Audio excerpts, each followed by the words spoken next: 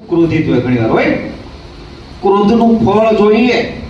ઘણીવાર આપણે ખબર હોતી નથી આ ક્રોધમાં આપણે આપણા જ પગ ઉપર કુહાડી મારી દે ઘણીવાર તો આપણે જ કપાઈ જઈએ જોઈએ આ સાપ માહિતી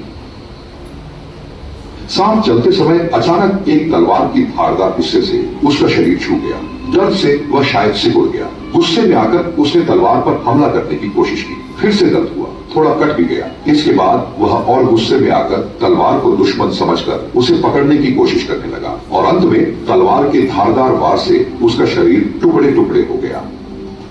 अर्थात गुस्सा या क्रोध यह दूसरों की तुलना में आपको अधिक नुकसान पहुंचाता है, संबंधों में स्थायी घाव बनाता है, अवसर नष्ट होते हैं, जीवन में रोग, शोक, निराशा, असफलता आती है और जीवन के हर संघर्ष में आप हारने लगते हैं।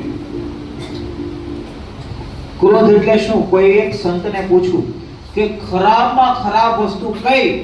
કે જેનાથી કઈ વસ્તુ ન બચે તો પહેલા તો પ્રશ્ન પૂછો સંતે તો જુદા જુદા જવાબ આવ્યા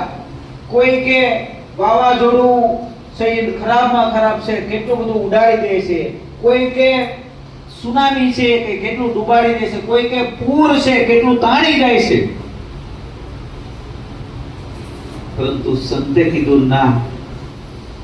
ક્રોધ એક એવી વસ્તુ છે જેનાથી બધું જ નષ્ટ થઈ જાય તો ક્રોધ કઈ કોઈનું ઘર થોડું નષ્ટ કરે તો કે ક્રોધ સમાન આગ છે એ સૌથી ખતરનાક છે તમને ખ્યાલ છે પૂર આવે અમુક વસ્તુ તણાઈ જાય અમુક રહી જાય સુનામી આવે અમુક વસ્તુ ડૂબે અમુક રહી જાય વાવાઝોડું આવે અમુક ઉડી જાય અમુક રહી જાય પરંતુ જ્યારે આગ તમારા ઘરે લાગે ત્યારે રાખ સિવાય કઈ બચે તો આની માફક ક્રોધ છે આપણા જીવનમાં હંમેશા છોડી દો ક્રોધ છે આપણે સંપૂર્ણ નાશ કરી દે છે વિદ્યા પ્રાપ્તિ માટે તમે જ્યારે અગ્રસર છો ત્યારે તો તમારે ક્રોધ કરવો જ ન જોઈએ